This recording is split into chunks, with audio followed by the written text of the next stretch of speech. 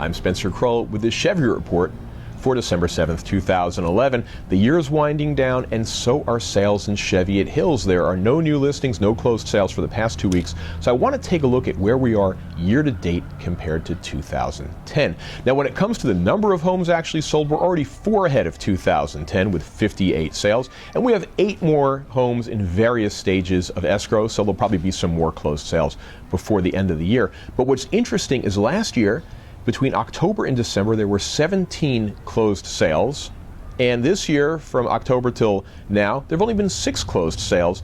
And in 2010, those sales were mainly weighted towards October. So if we are going to get more closed sales this year, obviously they're weighted towards the end of the year.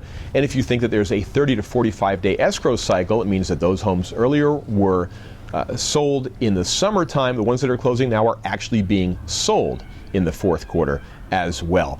Now, the big question is regards to price per square foot and where we are. Well, the news is pretty good. As you may recall, in 2010, average price per square foot was $527 a square foot.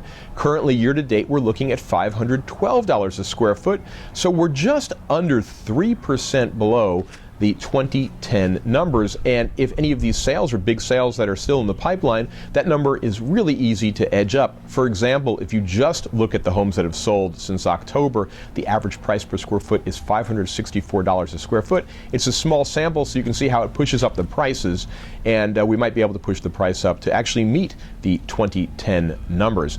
There are going to be some interesting things happening with the Cheviot Report in the next couple of weeks. Of course, we're going to have the year-to-date, or the year-end rather, where we're going to look at 2011 compared to 2010 and really go to town on those numbers.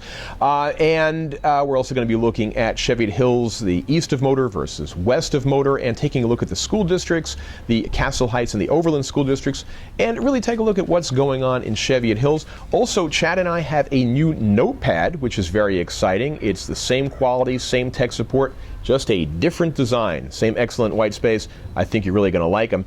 And one other thing, for 2012, Chad and I have decided to expand the boundaries of Cheviot Hills a little bit, at least of what we're looking at in the Cheviot Report. So we're going to be going south of Pico and all the way over to Overland, which means we're going to pick up streets like Blythe and Esther and Ashby, which technically aren't in the Cheviot Hills HOA. However, they are in the area that almost everybody considers part of Cheviot Hills.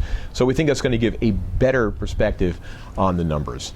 And that really wraps it up for the week. If you are interested in income properties, if you're looking to buy or sell a home, or if you just want to talk about the market in general, I'm only a phone call or an email away.